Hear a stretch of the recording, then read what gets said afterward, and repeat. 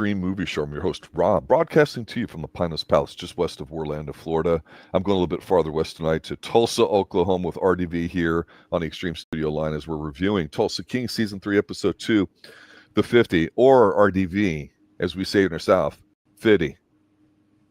Just saying. So the 50, of course, is referring to the special bit of magic in this episode, which, of course, as we saw Episode 1 leave us, where the good guy basically got burned alive, but he had a secret stash of 50-year-old Wilford Brimley. Yeah. Wilford Brimley. Yeah, the diabetes guy got whacked in a fire, so all his oatmeal burned up, but he had a secret stash underneath the 50-year-old potent stuff, and he just doesn't have the infrastructure. But let me say this. One of the things that I've always kind of went back and forth with TV shows is drop all the episodes or drop them weekly. I still prefer the weekly drop. I love how this is going on because last week's episode I thought was solid. Thought it was okay. This one I just felt was better, and I loved the ending of what happens in here. I was like, yeah, this is what I'm talking about. Well, yeah, especially when the show is written to be not binge watched. Because if we had just watched what happened to that guy, basically beat up and basically left in his house that's on fire, and then move right on to the next episode, it kind of doesn't leave much of an impact. Yeah, because that doesn't let you simmer. And that's what's TV should always be, well, not always, but I mean, like, shows like this are just like the shows maybe back in the day. They are meant to be consumed one at a time, one every week. The reason Lost got so big because people were talking about it once a week, and wait for it. Now, I will never say I was just up near the popularity of Lost, but I would just say it's a better show to me than Lost ever was. Yeah, and then but getting more back to the episode. So Tulsa King Season 3, Episode 2, the 50. Robert Patrick is gonna basically walk around and show everybody that he's got big balls. He was better in this episode than last one. The way he was my gosh. And we talked about we want a villain who basically knows he's a villain and will just basically strut like a villain, and he does that. They're having a funeral for Cleo's dad, and who shows up? Robert Patrick with his son and stuff, and they cause a scene, and he basically says like this, like, "Hey, Dwight," and I said, "I'll give you 3 times as much as you want for that, for the alcohol and stuff." He's like, "No." And I love it how they basically, as they go through the episode, he's like, "You're not a guy you want to fuck around with." He's like, "Gee, I guess we got that in common." I love how Dwight kind of like, I'm like, Dixie Mafia, who gives a shit? Yeah, the way they were talking back and forth, you're like, this is why you're watching the episode. Yes, 2 alphas in a room. Who's gonna win? Obviously, the good guy is Dwight. I also love the fact there was no mention of the FBI and all that stupid stuff with Kevin Pollak. Agreed. Don't need it right now. That really just throws a cork into everything, or not a cork, but like a nail. And I just don't care to. It's like Kevin Pollak's character to me is like when you get a rock in your shoe and it's in there, but you don't want to keep moving because you're having a good time, and he's just there and just like, and after a while, you pretty much have to take it, and address it. And I don't want him to be addressed for a couple more episodes, because I feel like he's just going to be there to introduce Samuel Jackson's character later on. Right. That's it. There's no other means to an end, than his character for that. But we do get an awesome return character though. Surprise. Cal Thrusher is back in this episode for a little bit. Yes, he was, and I did not know it or see it, and I don't think it was on the trailer. I was like, yes. No. For some reason, I popped when I saw it. I was like, yeah, I wanted him back. I don't know why. Because Dwight basically has him over for a drink, and I love it. He's like, what the fuck do you want, Dwight? We're not friends, He's like, well, he's like, you're running for governor. You scratch my back, I scratch your back, And he's like, dude, I haven't even won yet. I'm still running for it. It's like, yeah, between you and I, we both know you're going to win. So he's already looking towards what's going on, and maybe governor can get the FBI off his back. Maybe that's the play. I don't know. Or maybe the distillery. But well, it's nice to have friends in high places, right, where the rules don't have to apply, right? right. So I like it because it's a plot point that you can start off that you go, what are we going to do with Cal Thrusher? We want to write him back in it. Okay, let's let him run for governor. All right. And I was like, wow, I didn't see that comment. That was pleasant, because I think it highlights the seriousness of what he's about to get himself into. Because with the fire and all that, I mean, there's no real humor. There's a lot less humor in this episode, but at the beginning there, they're like, hey, I might have gotten pissed and said, I'll burn your house alive with somebody in it, because Yeah. the kind of a situation he was in, which was set up the whole reason why he was in prison to begin with. So it's kind of like harkening back to it, but he's like, this is some sick shit. So it's kind of like I've said before, sometimes you feel this real serious stuff, but then it goes away because of humor or other plot lines. So, but yeah, it was a nice way to get you sucked into the first episode in a serious way. And so in the other part of the episode too, like, after the funeral, Dwight is bringing into this mausoleum, or like basically like crypt thing, apparently, and it's a secret tunnel down there. That's where they're hiding the 50-year-old barrels. Mm-hmm. There's probably like over 100, $150 million worth of just, barrels of alcohol, whiskey down there and stuff, bourbon. Mm-hmm. So, and that's what Dunmire's been looking for this whole entire time.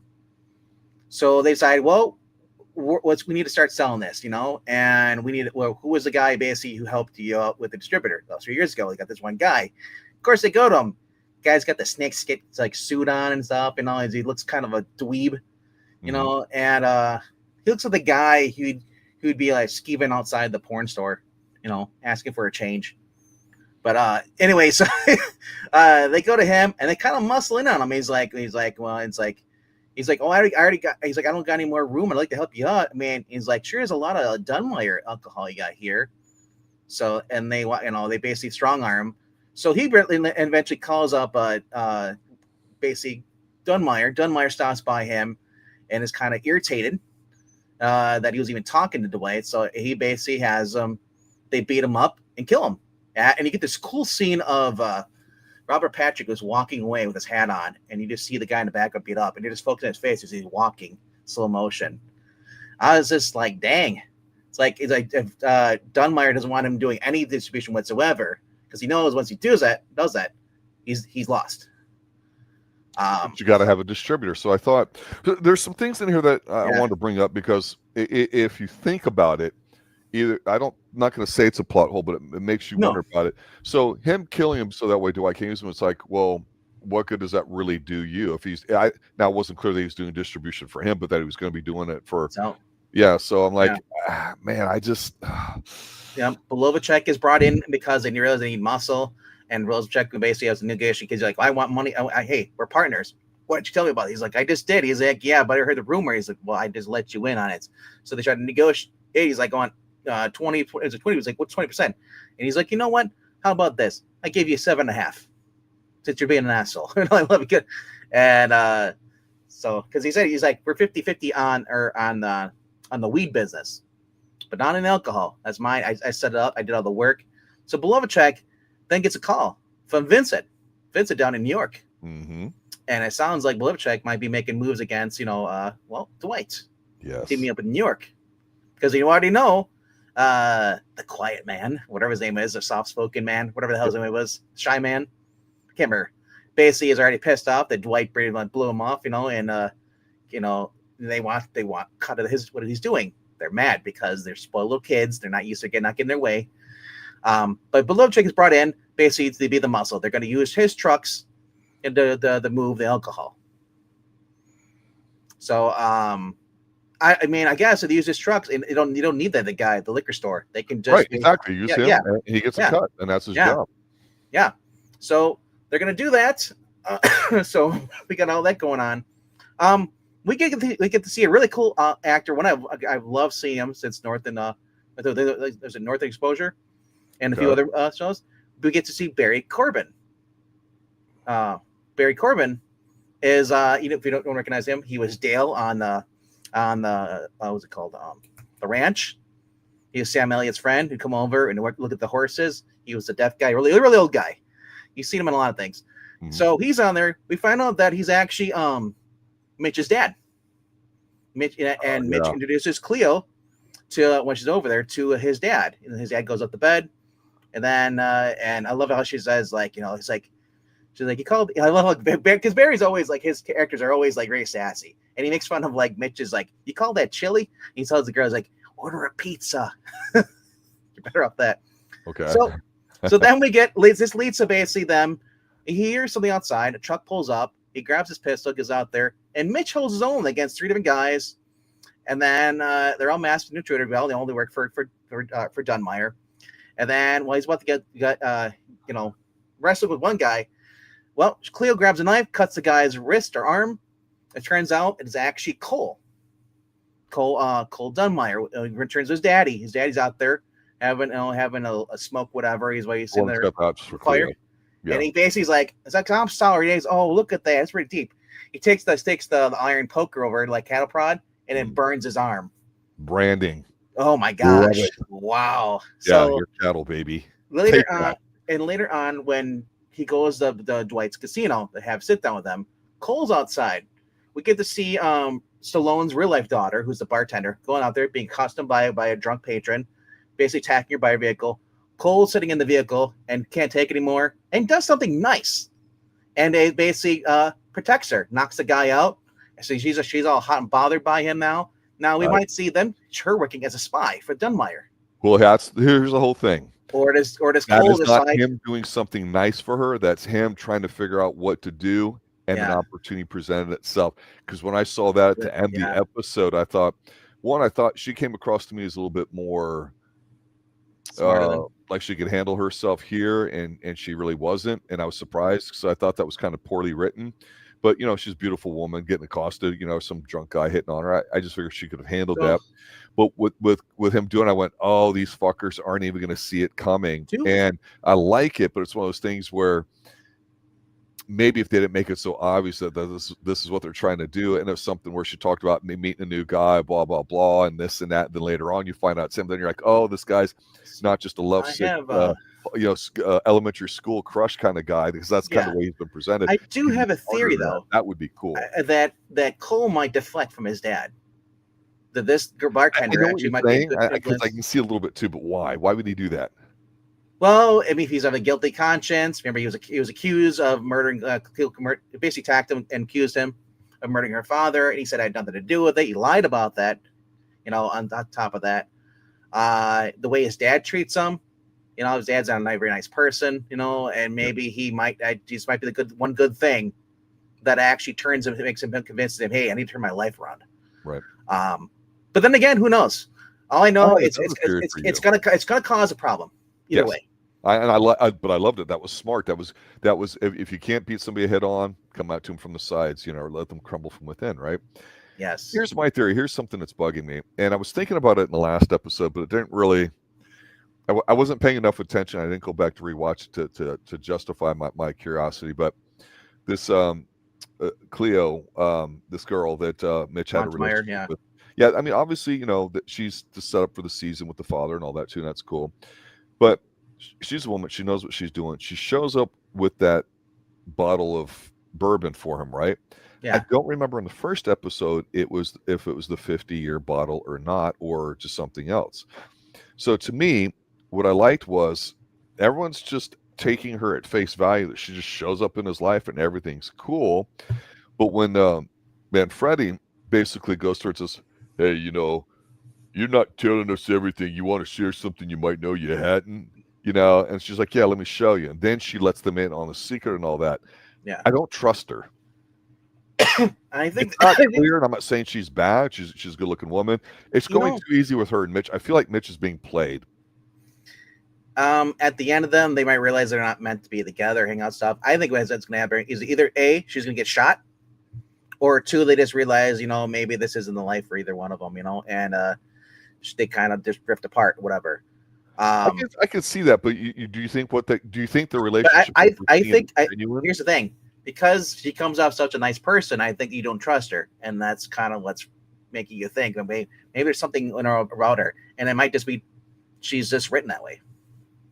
Could be, because she'd be one of the few ones that are that way, Because I know, like a lot of us, we like to overthink and analyze things, and to a point where we realize it didn't need to be analyzed. It was just right there. They were telling you the whole entire truth, telling you the truth. They were being honest with you, and that throws you up when sometimes on shows when they're not, when they're lying to you about everything else, but that's the one truth. Well, one other reason why I was thinking about it too is not just because she's a woman, but because I thought early on is when I thought that.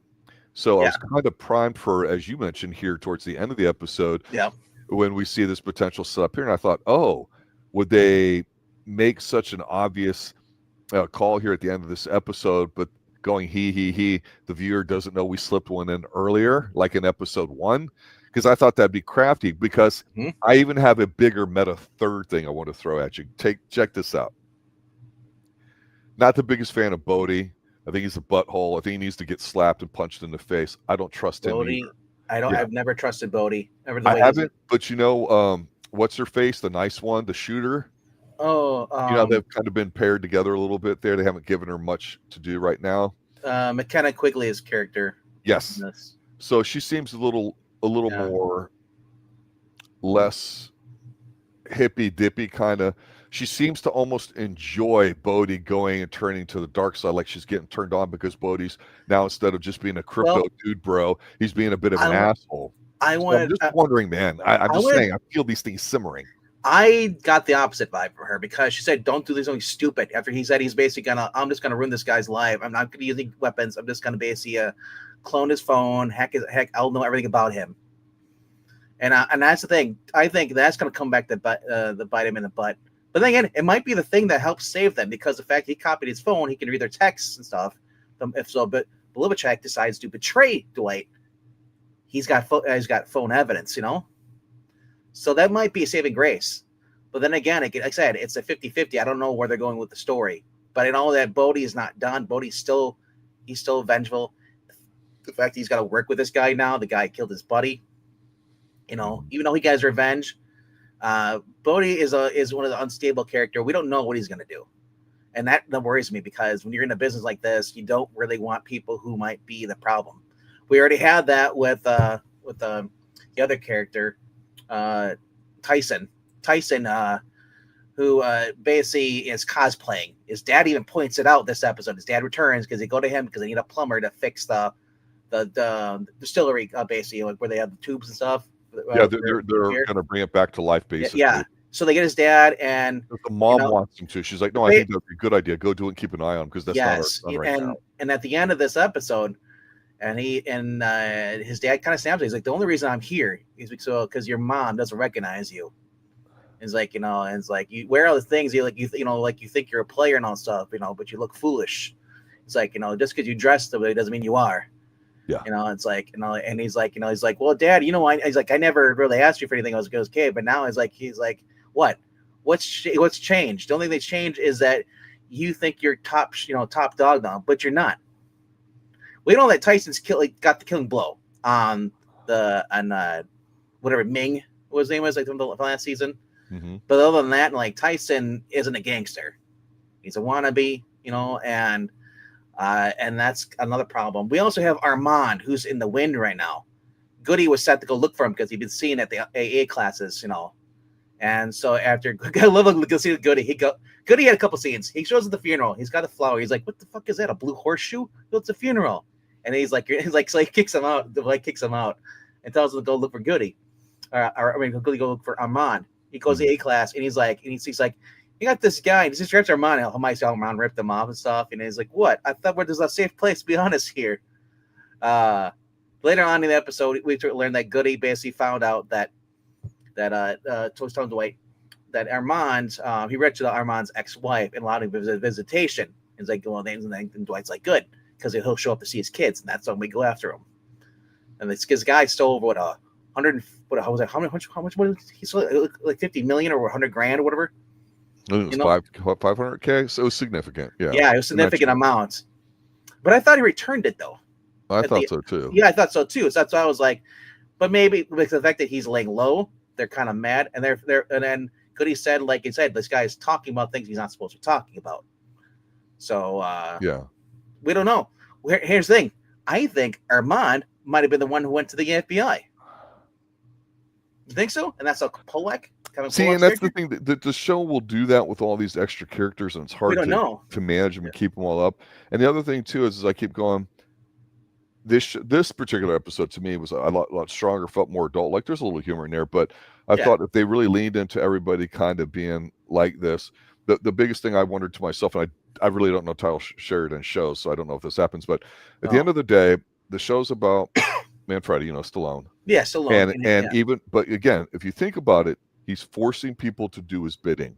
So you can say he's got his family and they're misfits, and it's a different thing than the old school Italians. And so he's loyal and he's a good guy because he takes care of them. But at the end of the day, do you want somebody basically like he did with Bodie, who was one of the first guys, right, at the pot farm early on when he was getting gas, basically saying, hey, you know, you're going to do this or else. Basically, or else I'm going to kill you. Like you said, Manfredi's not a nice person. He's, but once you get to know him, though, you realize he's like, well, we want to like him, right? Yeah. But at the end of the day, that's how he has his power over his group, and they're just okay to go along with it for now. Tyson was okay because Tyson wanted to be the man, but Tyson at some point should, overpower him. Bodie doesn't really like him. You mentioned Armand already. Yeah. So to me, it's not the whole got two people do anything for you kind of passion. Well, kind of Bodie's pissed the fact that he has to answer to Dwight's sister, who's running the I want to bring her up, Annabella, Sciorra, whatever the hell her name is. She's authentic Italian. The scene where they're in there, I thought was the best acted scene of the whole episode, even though I love the ending, because she's in there. We've seen her last season, and then the episode hearing her kind of worm her way into the business by having recipes for the pod and this and that. Good business ideas, legitimate ones. Not being a bitch or anything like that, but suggesting people, hey, when I talk, I'm talking for him. Yeah, but Lochek didn't want to talk to her. He's like, no, he's like, she speaks, you listen. So he basically, they're having a conversation. They're kind of arguing only like how siblings can, and he's having a drink. She's like, oh, cigar in the morning and a drink, and they're kind of arguing. He's trying to do the espresso, and he's failing miserably. Right, but he says, you know what? Here's the thing. He offered me triple for it, and I said no. And she was basically like, well, and I was thinking, yeah, you could take the money, then not sell it, do whatever. He said, why does he really want this? Exactly. It has value because he keeps upping it. I just want to know what that is. I thought that was smart. And then the answer to that is when Dwight finds out that there's all those barrels down there. That's the real reason he wants the business. Yeah. Because it's already made. It's not like it hasn't been made yet. It's already been made. Stockpiled. It's been sitting there for 50 years. But the real story here, forget the relationships and how those are going to intertwine. It's, again, two flip sides of the same coin. You could say Romeo and Juliet. You could say the Hatfields, McCoys, whatever. Why is it that this guy that just got burned up in the fire would refuse to sell out to him? There's something more to it, and I'm convinced they were connected somehow. So I wonder if we're going to get halfway through this idea that maybe Robert Patrick's character actually helped him out or something, and there's this unspoken thing, because when you don't know both sides of the story in family business, you're usually wrong. I'm going to assume that that it was their grandfathers worked together, like Hatfield McCoys, and then something started off, and they were no longer partners. And I think that 50 whatever thing might have been their great grandfathers. He said my dad made it with his dad. Yeah, so maybe he thinks that that's rightfully his because because of legacy, right? Legacy, family. Yeah, and the fact that he hid the barrels. It means his dad hid the barrels in a cemetery, underground. So I'm just wondering if they're really his though. Well, that's the thing. Are they really? They might be Dunmire. Well, Dunmire has a claim to it if his parents made it together. But all that went up in flames once he murdered the guy. Yeah, it's like when we had all those great things too for Mr. Governor there or whatever last season, and that kind of was a wet fart. And so I hope it's not the way this season. This already seems like it's a little bit more up and over real than it was with Cal Thrusher, because Cal Thrusher wasn't really the bad guy. He was the guy who wants to be in charge. He's the Hans Gruber. Yeah. So you got quiet old guy. You've got Cal Thresher. You've got Bill. You've got Dunmire. I love how Bill. You got a lot of stuff going on in here with these heavyweights. Yeah, and Bill is a little bit heavy, but like I said, he's also kind of like the more that he gets disrespected, he's become less of a heavy and more like he's just a thorn in the side. He's a joke, which I don't like, but. Here's the thing, though. If I liked how Bill went and told him, dude, you're fucking around with Dixie Mafia. You're fucking. These guys are serious, and stuff. Now he might have been. Here's the thing. He might have been because Dwight needed his protection. He might have been selling the guy up too, saying because that way he gets more of a cut because I'm doing this. My guy's doing this. I want a higher fee because they're dealing with someone who's real serious. And maybe Dwight doesn't really believe this guy is really even much of a threat. or maybe Dwight does. But they have the sit down at the casino. They're across from each other. Get this cool little scene there in the booth. We see like the little lamp in there. We see the smoke coming off of his cigar and stuff. And it's just a great looking scene. Everything. Yeah. Kind of reminds you if you ever watched From Dusk Till Dawn. Yep. The TV series. The same atmosphere. It's really dark. It's very smoky in the room and stuff. You know, I think you see like this little things. There's some camera angles where you see the edge of the counter, and you see the people walking by because it's a marble counter and stuff. At first, I was like, "Is that the film crew?" Then I realized, "Oh, it's just the people patrons in the bar." Yep. But I love stuff like that, you know. And then just to see them two kind of like just side from side when two opposing, you know, immovable things come together. It's like, so yeah, they're really setting him up as equal to Manfredi, which I like. He's not a pussy like who wants Manfredi's girlfriend. He doesn't care about that. Well, the best thing in each of the seasons has been when Manfredi pretty much gets into water that's too deep, but too much stuff goes on. How does he extricate himself from these things? And what's the thing that does not get told to you but shown to you? You know, and that's really kind of how it's gone so far, like with the shootout in the barn and how that was going to transform into other things. And so that'll probably be an easy way to eliminate some of these factors we're putting a lot more thought into than probably what we'll see. And that's, but it does make you go, hey, there's a big buffet out here. We're 2 episodes in. We're theorizing where this is going to go. You know, I said there's some key things that are coming back to bite on the butt. One being, I said the guy, so Stallone's real life daughter, who's the bartender now, basically guy hanging out. He's going to be hanging out with Cat or Cole Dunmire. So you got that problem going on. I don't know. I don't really think Armand's going to be much of an issue this season. I think this is going to be a nuisance, just like we have Kevin Pollak's FBI guy. Because it's the thing. The hook. Like I said, I was looking in, and I said like Samuel Jackson's supposed to have his own spinoff series from this, called Nola. Is he? Yeah, I did not know that. It's gonna be a Nola King. Really? And I think Samuel Jackson's going to be the lead guy for it's like Tulsa King. He's going to be Dwight over in New Orleans. Now that might be good, but here's my problem: it's like I don't like that unless because it makes me think that we're not going to get many more seasons out of Stallone. And then Stallone's heavily involved in it, so he'll go as long as he wants to. I know. But I'm just saying, if he decides, he's already introducing another spinoff series with Taylor Sheridan for somebody else, like they did that for the rookie. They did that with the FBI thing, and then it bombed. No one really cared for it. It went on for like two seasons, I think it was. Okay. Yeah, and it just felt, and they shoehorn these people in. It's like I don't like that when you shoehorn people in. Like say if like. We watched how Ballard was shoved into what was it Born Legacy or not Born Legacy. It's called Bosch Legacy. Yeah. Oh, Bosch. Okay. The last episode was just a pilot for the new Ballard show with McKay. And it was into working together. Really? Yeah, because at the very last minute, like. They were supposed to get another season, and Amazon decided to cancel them. So they really had no chance to really do much, So they basically wrapped up a cold case he'd been working on in the original series, and had Maggie Q work with him. And then that's how they introduced Ballard, who does cold cases stuff. And I was just like, I hate that. And that's my fear when you have a character with the star level of like Samuel Jackson, and. I don't know if he's gonna be the very final episode or whatever, but I really hope this isn't like a nail in the coffin for this series. It's a really good series. It shouldn't be. If anything, it would be the opposite because there's already season 4. I think it's already been confirmed.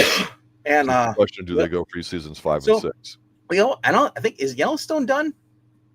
I have no idea. I don't watch those because I thought Kevin Costner left. But he came back because he came back. They pay him so much money, and he used it to do that one movie that we reviewed. That was that project. He took money from Yellowstone to do that. Yeah, Horizon. There you go. And there's, I think, the second one's going to come out at some point too. Yeah, because they already filmed it. So, and it should just be in streaming. There's nothing wrong with that. So, movies should just be streaming, not film in theaters. But anyway, getting back to my point. So we're gonna have Yellowstone continuing. We're gonna have Landman going for another season. Yep. We're gonna have Tulsa King going on, and now we're gonna have Nola King. Taylor Sheridan, he's not the main writer, but he's a co-writer for a lot of these episodes. He is printing money, sir. I know. Money printing. We were saying when it comes to comic books, and you have a writer writing 5 different ongoing comic books at the same time, and they're all coming out. It's like, obviously comic books are written like several months ahead of time. The issues are, but sometimes, like I said, like sometimes the comic books become mediocre because he's dividing his attention, not really telling a good story because he's too busy figuring out what he's going to do for the other series, you know? But once he fleshes that out, what he does is he sub-projects that out to somebody, gives them a show director, and they know these are the things I need to have in it. So he's created an industry of shows. Here's the thing, though: if Stallone starts taking direction, I don't know I don't know how much control he has in the show. I know for himself, but I'm like, I hope it doesn't become like a Hudson Hawk. If like all of a sudden like Stallone's like, I'm gonna direct an episode, and like, oh no, I love Stallone, but he's like, he's a good writer, but I don't know if he's a good writer for this type of material. Absolutely, he is, without question. He can do it in his sleep. Because I know I love Rocky, I love First Blood. But like I said, I don't know if he has the chops for at his age still to do stuff. But anyway, but that's speculation. This was a good episode. This is one of the series. It keeps getting better with each episode. It's weird that we're already on season 3. It doesn't feel like a season 2 that came out like a little bit ago.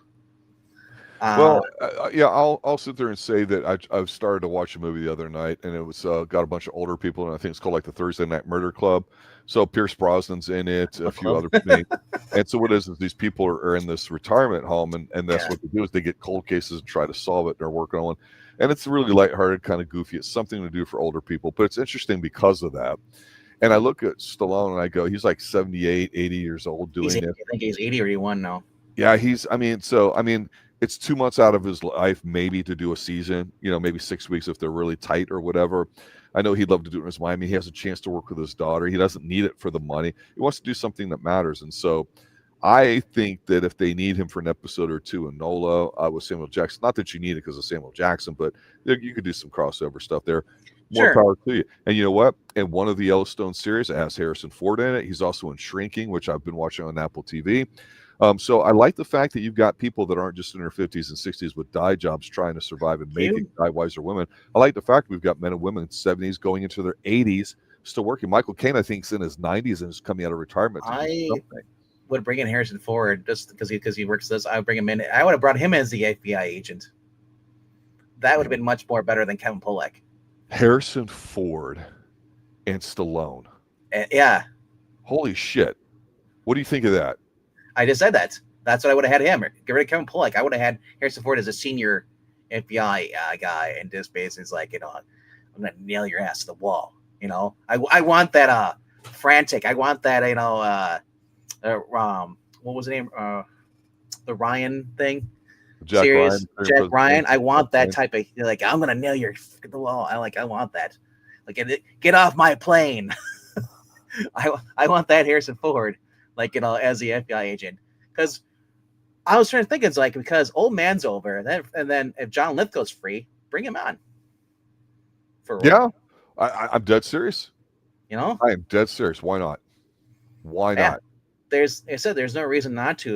If you're going to be planning on doing like 3 or 4 more seasons, you can have him in for like a minor role or whatever. A walk-on role. Man, it's just Well, the thing is this episode is really solid. We know what the show is. We also review Landman when that comes out too, and that's pretty much about when this one ends. So it'll be interesting to go straight into that. We like those two. I don't really watch the other ones, but it's fun, and I really do appreciate the weekly drops. What the characters are, and like you said at the beginning, it gives you time to kind of simmer and think about what's going on. Or honestly, like in my mind, I forget about it. And I go, hey, this coming weekend, I'm going to watch the next episode, and then you and I are going to talk about it. Yeah, I like the fact that we get Tulsa King, then we get Landman, and then we're reviewing Reacher again. I know, exactly, right? Wow, right? Wow. No, normally we'd be doing The Old Man, but they canceled that show, and then also Rabbit Hole got canceled too. Yeah, Paramount a couple years ago, and it's just like, what the heck? Like, they're good shows. Yeah. Anything else?